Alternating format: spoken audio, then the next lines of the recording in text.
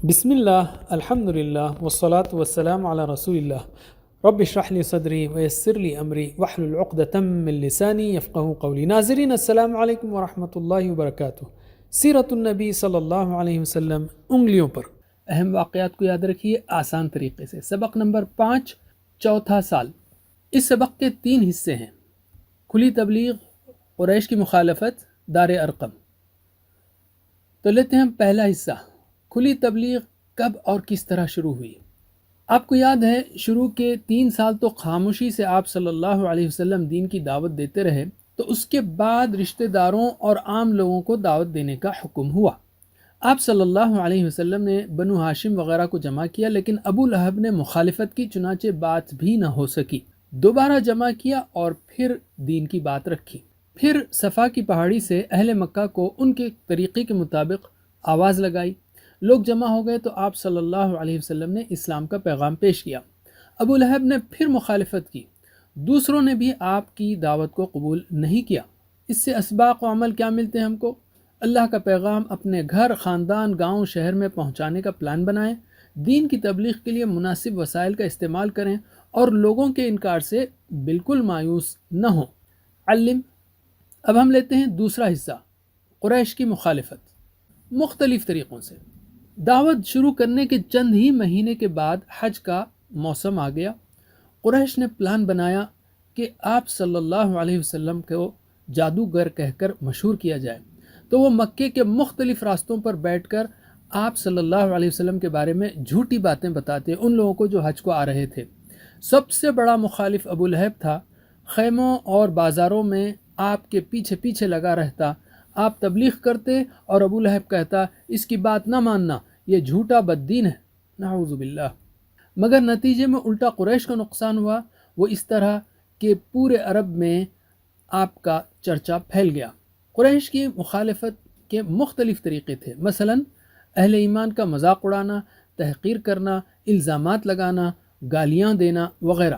رسول اکرم صلی اللہ علیہ وسلم کی تعلیمات کو جھٹلانا، بگاڑ کر پیش کرنا اور شکوک و شبہات پیدا کرنا۔ اسی طرح جھوٹی اور بیکار کہانیوں سے قرآن کا مقابلہ کرنا وغیرہ۔ اسباق و عمل۔ دین کی تبلیغ میں مشکلات آ سکتی ہیں، مگر اللہ کی مدد پر یقین رکھیں اور اپنا کام کریں۔ لوگوں کی باتوں کے بجائے دین کو معتبر ذرائع سے سیکھیں، اصل ذرائع سے سیکھیں، اور دین کی دعوت کے لیے کتابیں پڑھیں اور علماء کو سنیں۔ علم۔ اب ہم لیتے ہیں تیسرا حصہ، دار ارقم۔ رسول صلی اللہ علیہ وسلم نے تربیت کے لیے کہاں مرکز بنایا؟ دار ارقم میں۔ اسلام کو پھیلتا دیکھ کر قریش کے سرداروں نے طے کیا کہ اہل ایمان کو خوب ستایا جائے۔ رسول اللہ صلی اللہ علیہ وسلم کو عام مسلمانوں اور خاص کر غلاموں کو بڑی تکلیفیں دینا شروع کی۔ اس ظلم و ستم سے بچنے کے لیے آپ نے دعوت و تربیت کے لیے دار ارقم کو مرکز بنایا، جو حضرت ارقم رضی اللہ عنہ کا گھر تھا اور صفا کی پہاڑی پر واقع تھا۔ یہاں اسلام قبول کرنے والے لوگ بھی آتے اور نبی کریم صلی اللہ علیہ وسلم مسلمانوں کی تربیت بھی کرتے۔ اسباق و عمل۔ اپنے معاشرے کو ظلم کرنے نیز ظلم سے بچانے کے لیے مناسب کوشش کریں۔ بچوں، بڑوں، مردوں، عورتوں سبھی کی تربیت کے لیے مناسب انتظام کریں۔ علم۔ اب ہم لیتے ہیں قرآن و حدیث۔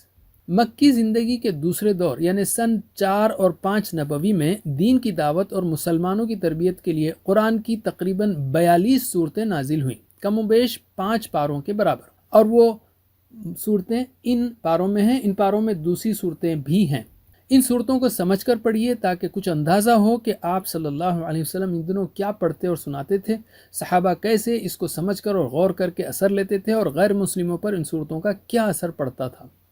ان پاروں میں کم از کم یہ پارے یاد رکھ لیجئے: 15، 16، 21، 27، 29، 30۔ ان کا بڑا حصہ ان صورتوں پر مشتمل ہے۔ حدیث۔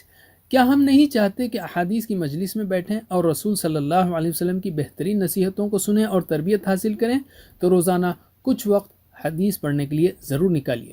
آج ہم نے سیرت کے چوتھے سال کے بارے میں 3 اہم موضوعات سیکھیں: کھلی تبلیغ، قریش کی مخالفت، دار ارقم، یا مختصراً تبلیغ، مخالفت، ارقم۔